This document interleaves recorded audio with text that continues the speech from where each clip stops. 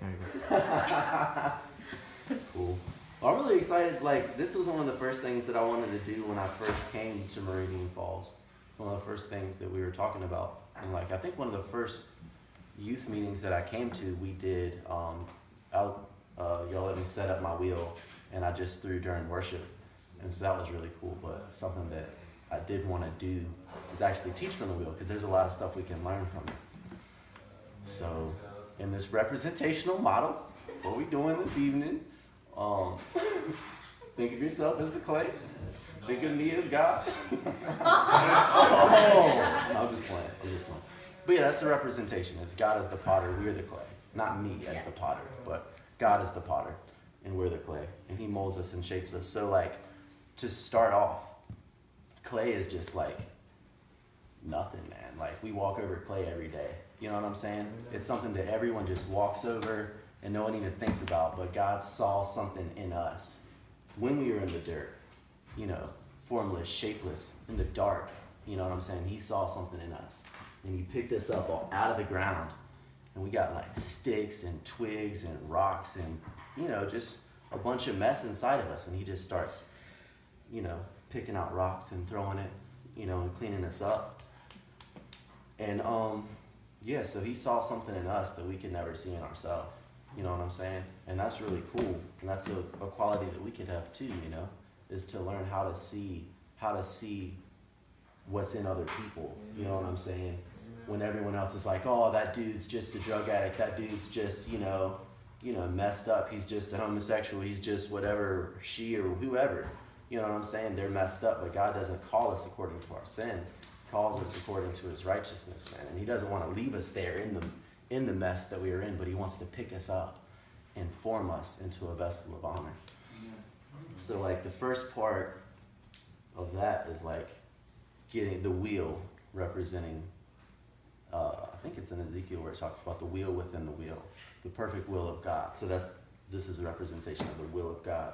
So when we're initially saved, you know, called out of darkness into light, we began our journey into the will of God.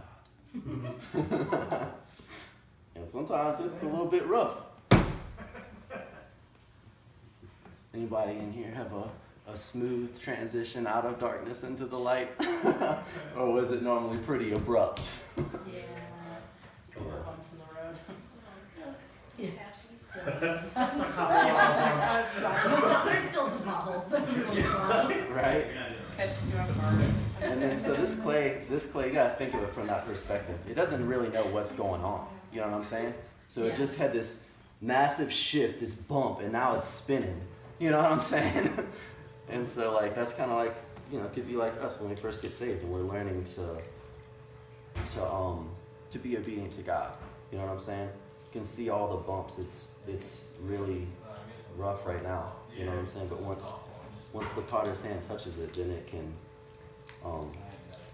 the word, the actual pottery term that people use for soft and pliable clay is contrite. You know, we're supposed to have a contrite heart. Mm-hmm. Oops.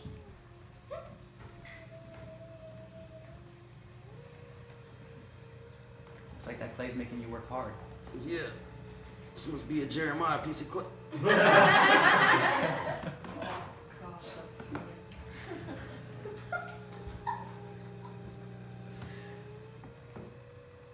So, it's not quite centered yet. It's getting centered. I hope the dude that taught me pottery never watches this video, because he's gonna be pissed. He's like, dude, you made a mess, bro. He taught me to be really clean. But this, anyway. No excuses. Sometimes it's messy. Yeah, and that's like actually a really cool part about it, is like, we think of God as like way distant and way far off, you know what I'm saying? But really, like, he's affected by us too. You know what I'm saying? Like, he has us on him. You know what I'm saying? Just as he's shaping us, you know what I'm saying? Part of us can get on him as well.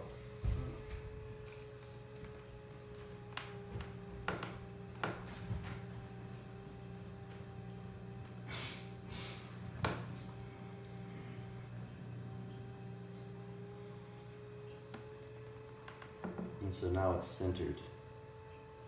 All the little wobbles are.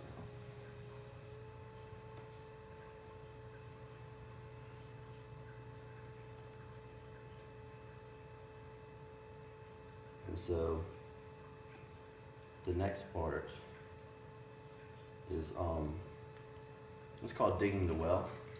But the water can represent the Spirit of God, but it also represents the Word, the washing of the water of the Word. So this part is when the Word actually goes inside of our hearts.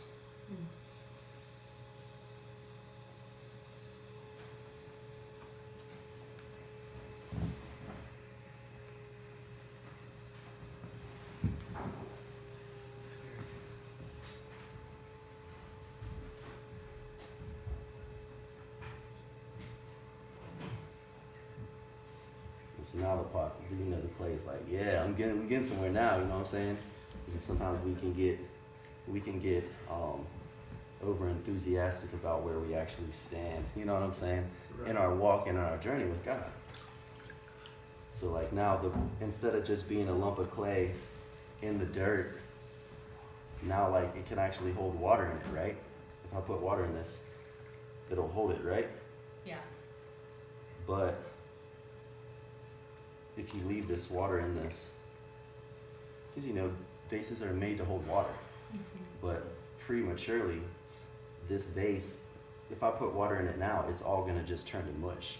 And so the thing that it's originally designed to hold will destroy it if it's premature.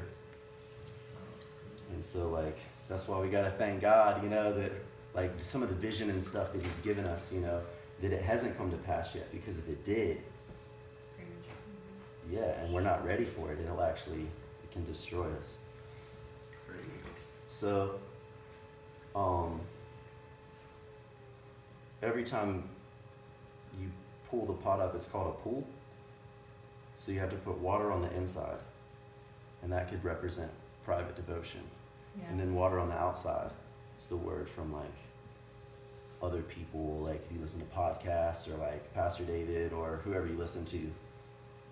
So, and without the word, the pot, instead of getting straight up, it'll get twisted, and that's kind of how we can get if we don't have enough word in us, we'll just get twisted. Come on. It's good. And so what causes the pot to go up is pressure. And like, the pot's just sitting over here having a good time. It's like, let's add some pressure to it.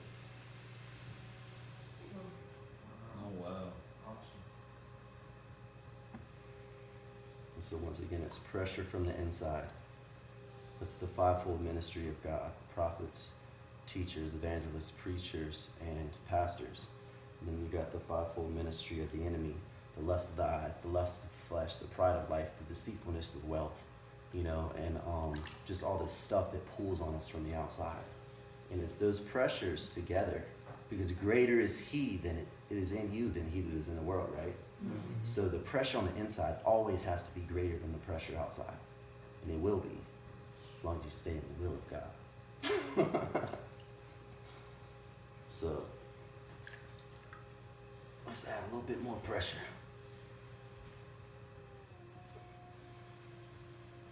Wow, awesome. That is amazing. Not your first rodeo. Thankfully, it's not God's either. Right? That's right. Amen. So we're going to add a little bit more pressure. Once again, water. Gotta make sure you're filled with the Spirit. Gotta have Spirit.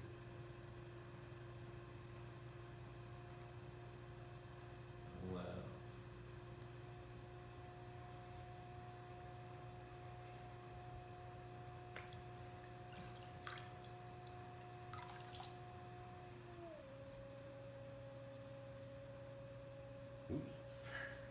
I don't think God says oops, but. Oh wait, didn't he say Jeremiah something about? play?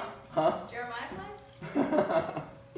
He did say something about repenting even creating man at one point, but anyway, we won't talk about that. Delete that. Delete that.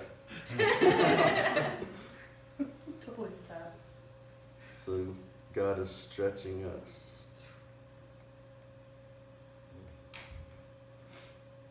And you know, at this point, the clay is probably feeling pretty good. It's like, yeah, I am a man of God. Right? Is there a humbling coming?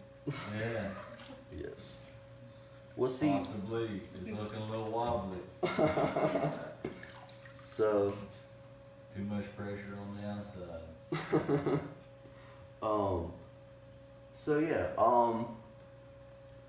this is called a rib.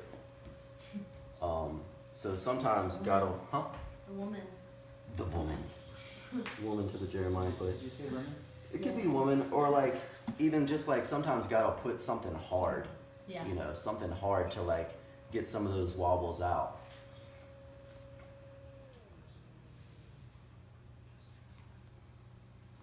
And also, like when I first started, it was spinning a lot faster, Yeah, right? I noticed. And now it's slowing down. So sometimes when we grow, we're like, man, you know, I feel like I was doing so much better earlier in life, you know, earlier in my walk with the Lord. But then sometimes God has to slow us down to get some of the, you know, the little stuff that that we still, you know, there's a little wobbles out. And brings it back closer to them. Yeah, straighten some stuff out. And then so normally I would have a torch, but I don't have it. I left it down in my pottery studio. But this pot doesn't really need it. But that would represent the fire of God. You know, sometimes God will send some fire in our lives to solidify stuff, because that's what it does. It hardens the clay and makes it more resilient and able to hold more, like pressure, so you can make more intricate shapes out of it. And so if you have like fire in your life, you know, it's just a sign that God wants to make something more intricate out of you.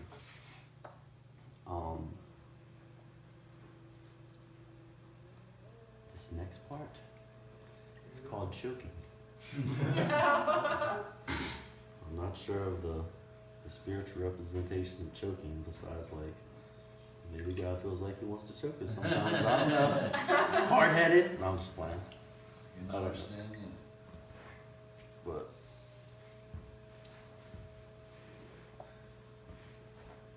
he doesn't add anything to us or put tempt us beyond what we can bear. That's right. And there's no temptation that's not common to man that he will not provide a way of escape. We'll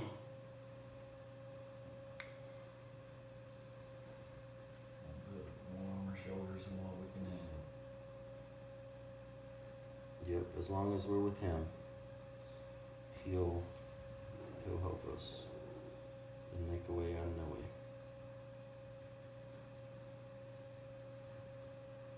Think I should bring it in a little bit more? You all want me to Yeah. a little bit more? Alright, we'll see.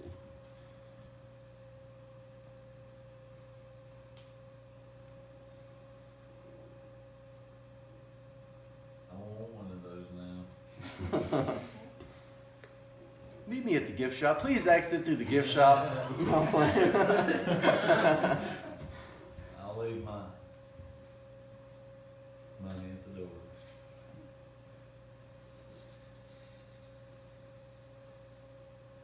Slow it down a little bit. And so yeah, like, I don't know, it's just kind of cool to see like a representation of like, Our process. yeah, process, and like every pot's different, you know. There's not two that are the same. Yeah, Yeah. they're all different, and some get lids, some get handles, some just get dropped and broken, pulverized and crushed to dust and turned into another pot. Sometimes, Start fresh. yeah. So like if a pot doesn't go through the fire, I can take this off the wheel and say like, wait, I thought I had one up here. So like this is a dry pot. And so like if I break this, I can just add water to it and it'll turn back into clay that I can use. But if it goes through the fire, it has to be completely Right. pulverized and made back to dust before you can use it again. Because it's solidified. Yeah, and the stuff bonds together. Right. I really like it.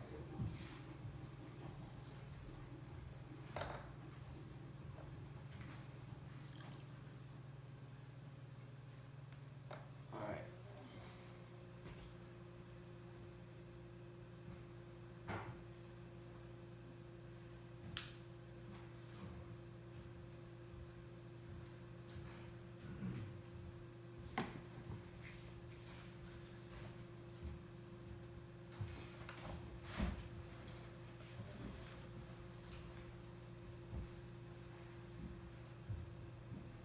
I don't know if y'all can see the bottom, but I'm taking off a lot of clay.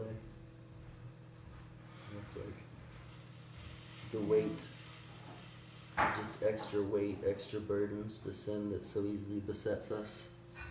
You know, just extra stuff that just doesn't need to be there. A little lip on the top, so it looks cute.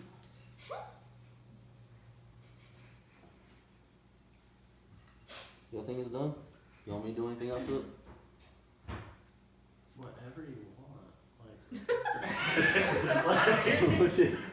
I guess You're the that's the creator right. of this pot. Lord, I guess that's make the me right. what you want me to be. Yeah. That's what I was thinking. That's good. Yeah, that's the right heart to have. Yeah, I'll definitely sign it later. We could do. All right. Yeah, add bigger lips to it. Oh, just put it Bigger lips. Bigger lips, more back talk.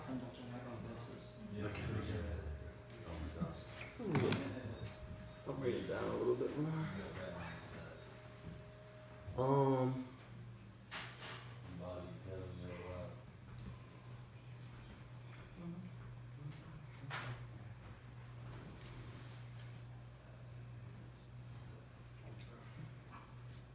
I'll put a little line on it so I'll know if I wanna do like a two-tone glaze or something. And that could be like Yeah, it looks like it should have a two-tone glaze. yeah. And that could be like sometimes like I just put a huge line on the spot, so like sometimes God might do stuff we don't really understand what it's for yet, you know, but like I have a purpose. When I put that line on there, I know what I'm gonna do with it. You know what I'm saying? I'll do this too. Just